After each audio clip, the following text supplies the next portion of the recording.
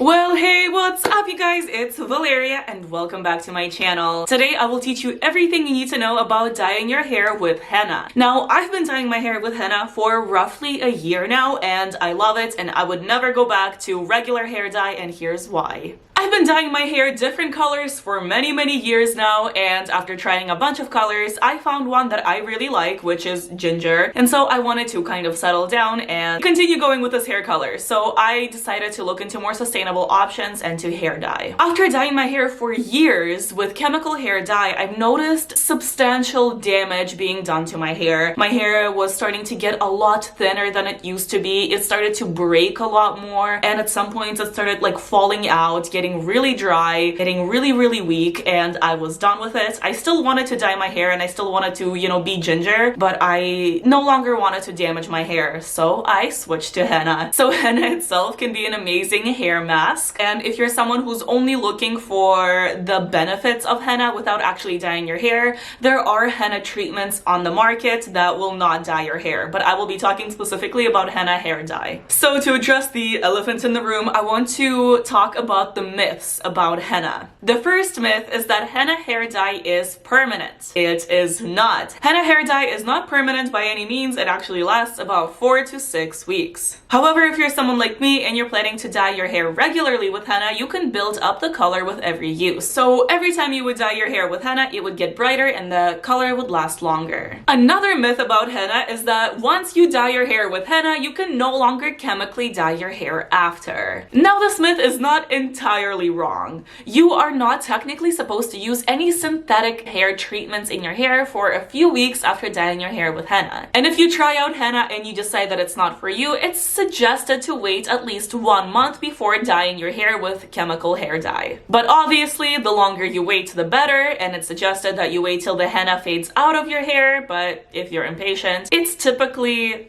okay to re-dye your hair after henna. You just gotta wait. But obviously, with any product that you use, always do a test strand to make sure that your hair is fine taking it in. Now, while it's not suggested to use chemical hair treatments after henna, you can actually use them before. So let's say you wanted to lighten your hair to make the henna brighter, that's completely fine. You can do those chemical processes before you put the henna on your hair. Also better to wait to let the hair follicles close up. Now to move on to the things you should know about henna. Henna does not lift your hair color, meaning it's not gonna make it lighter. Henna simply stains whatever hair color you have at the moment. So the box hair dye that you're used to will actually penetrate the strands of your hair, while henna will just coat the top. So henna itself is an amazing hair mask. It has vitamin E, antioxidants, it has proteins, and it also has great antifungal properties. But if you regularly use any other protein-rich hair treatments, your hair can actually get really dried out with using henna just because of the excess proteins that are going to be added. Henna is also pretty messy and it has a very different texture from the hair dye that you might be used to, so you do need to do some prep before putting it on. So don't wear a white shirt. I'm gonna go change this one in a bit, and make sure to cover your hands to the best of your ability and any other surfaces in the area because it will stain. And now let's get started with the process. So henna should go on clean, damp hair, so I'm gonna go ahead and wash my hair with shampoo only, and I'm not gonna use any conditioners or leave-in conditioners or anything like that, just shampoo and slightly dry my hair. While my hair is drying a bit after the shower, I'm gonna start mixing my henna. I use henna from Light Mountain in the shade red, and you can get this on Amazon, and they also have different shades of brown, red, and black. When buying henna, I always suggest to look at the ingredients to make sure it's 100% henna, as it is with this one over here. The back of the box also shows you how your hair shade will change and which hair colors it will not work on. And this hair dyeing pack comes with almost anything you need for your hair dyeing process, including the henna leaf powder, instructions, a hair cap, and gloves. And since my henna pack already came with the instructions, I will be following those for my water measurements. For one pack, you're supposed to use 14 to 16 ounces of water, but since I'm using 2 packs, I'll be doubling that amount. I also prefer to use more water than less, this way the mixture will take longer to dry and be easier to work with. While using hot distilled water is enough to activate the henna, adding different mixtures to your hair paste can enhance its different properties. tones. Yellow things such as chamomile tea will boost the golden tones in the henna. Red things such as beet juice or red tea will boost the red. Black things such as coffee or black tea will boost the black tones. Lemon juice is said to increase the longevity of the color and potentially lighten it as well. However, I do not recommend using lemon juice or any caffeinated liquids in the henna, as they might dry out your hair or even irritate the skin. Some people choose to add oil to their henna mixtures to moisturize their hair, but that can be problematic too, because if you add too much, you will create a barrier between the hair and the henna dye, which can result in a patchy or uneven color.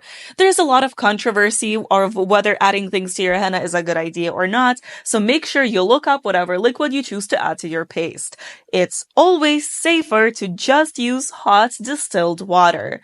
I personally have been adding chamomile tea in my henna ever since I started dyeing my hair this way, and I never had problems with it. The color always comes out amazing, and plus it makes the henna smell good. So if you do choose to add anything to your henna, make sure that they're really simple and gentle ingredients without caffeine or acidity. Apologies for that little rant, and let me fill you in on what's going on now. I am mixing my henna in a plastic bowl using a plastic hair dye brush. It's basically forbidden to use any metals when working with henna. I'm not a scientist, but I believe it has something to do with its oxidation. Anyways, I'm slowly adding my hot water to the henna mixture until it has a texture similar to yogurt or sour cream.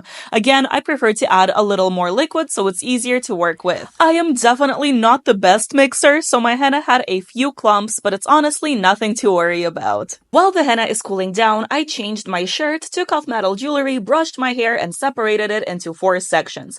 Keep in mind that the clips that I use are also not metal.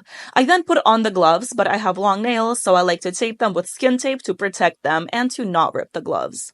I also suggest protecting your skin with petroleum jelly around your hairline, ears, and neck to not stain the skin. I personally will not be doing this because I'm lazy, and also this henna doesn't stain the skin too bad, so it washes out in a day anyways. I gave my henna mixture around 15 minutes to cool down and made sure that it's not gonna burn my skin.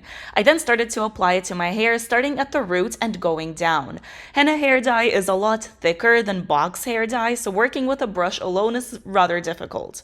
I like to apply the henna with a brush and then massage it into my hair using my hands. It's better to do this process relatively fast because as the henna sits out, it starts to get dry and become thicker, which makes it harder to work with. So as you can tell, I'm focusing on saturating my hair with a paste instead of trying to make it look neat. I repeat this process for all 4 of the sections, making sure that all of my hair is covered with the henna entirely. I collect all of my hair at the top of my head and put on the little plastic bag that was provided in the henna hair dye pack. You can also use a regular plastic bag as well. I now have the chance to clean up any henna that got onto my skin, and since it hasn't been sitting out for that long, it didn't really have a chance to stain my skin too bad. The hardest part is now over. All I have to do now is wait for 2 to 4 hours. I think I waited like 3.5. The plastic bag prevented the henna from drying, so washing it out will not be too hard. I hop in the shower and do my usual hair washing routine with shampoo and conditioner. And every time I hop out of the shower, I get shocked by how amazing the color looks. This is my hair right after I hopped out of the shower, and then this is my hair all dry the next morning. It looks amazing. And then this is my hair styled. The hair color will also change over the course of around a week, so this is not even my final hair color. Also, my studio is a little dark, so I wanted to show you what my hair looks like in the sun because it looks gorgeous. Like, you know those Rapunzel songs when she was singing and her hair was glowing? That's how I feel like. For once, I was more orange than my cat. I think he was very confused. And that is honestly all for my henna hair dyeing process. I hope you guys enjoyed this video or found it useful. If that is the case, go ahead and give it a little like and perhaps give me a follow. And let me know what other tutorials you want to see in the future. Bye!